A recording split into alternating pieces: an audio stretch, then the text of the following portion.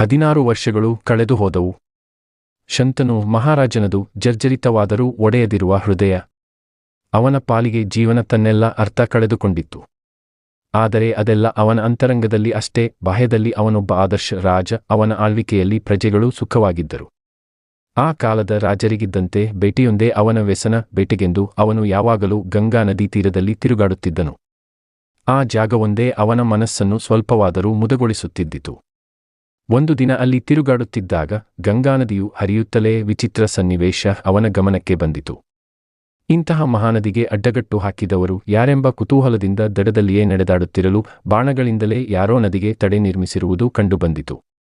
ಬಾಣಗಳು ಎಷ್ಟು ಚೆನ್ನಾಗಿ ಜೋಡಣೆಯಾಗಿದ್ದುವೆಂದರೆ ಒಂದೇ ಒಂದು ಹನಿ ನೀರು ಸಹ ಮುಂದೆ ಹರಿಯದಂತೆ ತಡೆ ಹಾಕಲಾಗಿತ್ತು. ಬೆರಗಾದ ಶಂತನು ಅಚ್ಚರಿಪಡುತ್ತಾ ನಿಂತಲ್ಲಿಯೇ ನಿಂತುಬಿಟ್ಟನು. ಸ್ವಲ್ಪ ಹೊತ್ತಿನಲ್ಲಿಯೇ ಅಲ್ಲಿ ತಾನೊಬ್ಬನೇ ಇಲ್ಲವೆಂಬ ಅರಿವು ಅವನಿಗಾಯಿತು. ಅಲ್ಲೇ ಹತ್ತಿರದಲ್ಲಿ ಗಂಗೆ ಮುಗುಳ್ನಗುತ್ತಾ ನಿಂತಿದ್ದಳು. ರಾಜ ಗಂಗೆಯನ್ನು ನೋಡಿ ತಡೆಯಲಾರದೆ ಕಣ್ಣಿನಲ್ಲಿ ನೀರ ಹರಿಯಲಾರಂಭಿಸಿತು.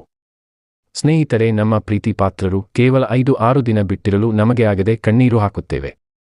ಆದರೆ ಹೆಚ್ಚು ಪ್ರೀತಿಸುವ ಶಂತನು ಗಂಗೆಯನ್ನು 16 ವರ್ಷಗಳಿಂದ ಬಿಟ್ಟಿರುವಾಗ ಒಮ್ಮೆಗೆ ಎದುರು ಬಂದಾಗ ಎಷ್ಟು ಕಣ್ಣೀರು ಹಾಕಬಹುದು ಎಂದು ನಾವು ಶಂತನ ಪರಿಸ್ಥಿತಿಯನ್ನು ಯೋಚಿಸಲೇಬೇಕು. ಗಂಗಾ, ಕೊನೆಗೂ ಬಂದೆಯಾ? ನೋಡು, ನಾನು ಇಷ್ಟು ವರ್ಷಗಳು ಏಕಾಂಗಿಯಾಗಿಯೇ ಕಳೆದಿದ್ದೇನೆ. ನನಗೆ ನೀನು ಬೇಕು. ನೀನಿಲ್ಲದೆ ನಾನು ಬದುಕಲಾರೆ. ಬಾ, ಹೋಗೋಣ. ನೀನು ನನ್ನನ್ನು ಕ್ಷಮಿಸಿಯೇ ಇರುತ್ತೀ, ನನಗೆ ಗೊತ್ತು. ಇಲ್ಲವಾದರೆ ಇಂದು ಬರುತ್ತಿದ್ದೆಯಾ? ಬಾ, ರಾಜಧಾನಿಗೆ ಹೋಗೋಣ. ನಮ್ಮೆಲ್ಲರಿಗೂ ಸಂತೋಷವನ್ನುಂಟು ಮಾಡು ಎಂದು ಬಡಬಡಿಸತೊಡಗಿದನು. ಗಂಗೆಗೆ ಅಯ್ಯೋ ಪಾಪ ಎನಿಸಿತು. ನನ್ನ ದೊರೆ, ಅದೆಲ್ಲ ಕಳೆದುಹೋದ ಸಂಗತಿ. ನಾನು ಪುನಃ ಬರಲಾರೆ. ಸಂಜೆ ಸೂರ್ಯ ಮುಳುಗಿದ ಮೇಲೆ ಸೂರ್ಯದೇವ, ಹಿಂದಿರುಗಿ ಬಂದುಬಿಡು, ನಾನು ಈ ದಿನವನ್ನು ಇನ್ನೊಮ್ಮೆ ಬದುಕುತ್ತೇನೆ ಎಂದು ಕೇಳುವುದು ಮೂರ್ಖತನ. ಅದೆಲ್ಲ ಹಾಗಿರಲಿ, ನಾನು ಬಂದುದು ಏಕೆಂದು ಹೇಳುತ್ತೇನೆ.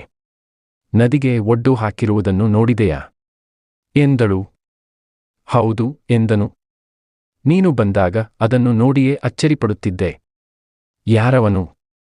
ನನ್ನ ಪ್ರೀತಿಯೇ ತಡೆಯಲು ಆಗಲಿಲ್ಲವೋ ಅಂತಹ ಗಂಗೆಗೆ ಬಾಣಗಳಿಂದ ಒಡ್ಡು ಕಟ್ಟಿದವರಾರು ಎಂದು ಕೇಳಿದ ಶಂತನು.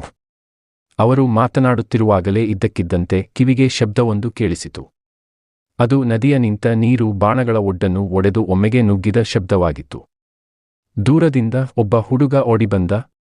ಆನಂದೋದ್ವೇಗದಿಂದ ಹೊಳೆಯುತ್ತಿದ್ದ ತೇಜಸ್ವಿ ಮುಖದ ಸುಂದರನಾದ ಅವನು ಗಂಗೆಯನ್ನು ಬಾಹುಗಳಿಂದ ತಬ್ಬಿಕೊಂಡು, ಅಮ್ಮ, ನಾನು ನದಿಯನ್ನು ತಡೆದುಬಿಟ್ಟೆನು ಎಂದು ಸಂಭ್ರಮಪಟ್ಟ. ಗಂಗೆ ಮೂಕನಾಗಿ ನಿಂತಿದ್ದ ರಾಜನೆಡೆಗೆ ನೋಡಿದಳು. ಇವನು ನಮ್ಮ ಮಗ ಎಂದಳು ಗಂಗೆ. ನಾನು ಬರುವುದಕ್ಕೆ ಇದೇ ಕಾರಣ. ಇದೋ ನಿಮ್ಮ ಮಗನನ್ನು ನಿಮಗೆ ಒಪ್ಪಿಸುತ್ತಿದ್ದೇನೆ.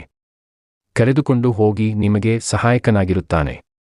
ಅವನಿಗೆ ಕ್ಷತ್ರಿಯಕುಮಾರನೊಬ್ಬನು ತಿಳಿದಿರಬೇಕಾದ ಎಲ್ಲ ವಿದ್ಯೆಗಳೂ ಗೊತ್ತು.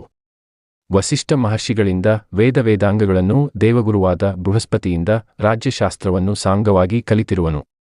ಕ್ಷತ್ರಿಯರ ವೈರಿಯಾದ ಭಾರ್ಗವನೇ ನನ್ನ ಕೋರಿಕೆಯ ಮೇರೆಗೆ ಇವನಿಗೆ ಧನುರ್ವಿದ್ಯೆಯನ್ನು ಹೇಳಿಕೊಟ್ಟಿರುವನು.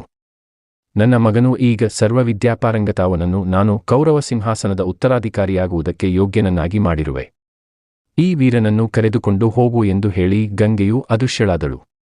16 ವರ್ಷಗಳ ಹಿಂದಿನಂತೆಯೇ ಇಂದು ಶಂತನು ಮಹಾರಾಜನು ಗಂಗೆಯನ್ನು ಬೀಳ್ಕೊಂಡು ರಾಜಧಾನಿಯ ಕಡೆ ಹೊರಟನು.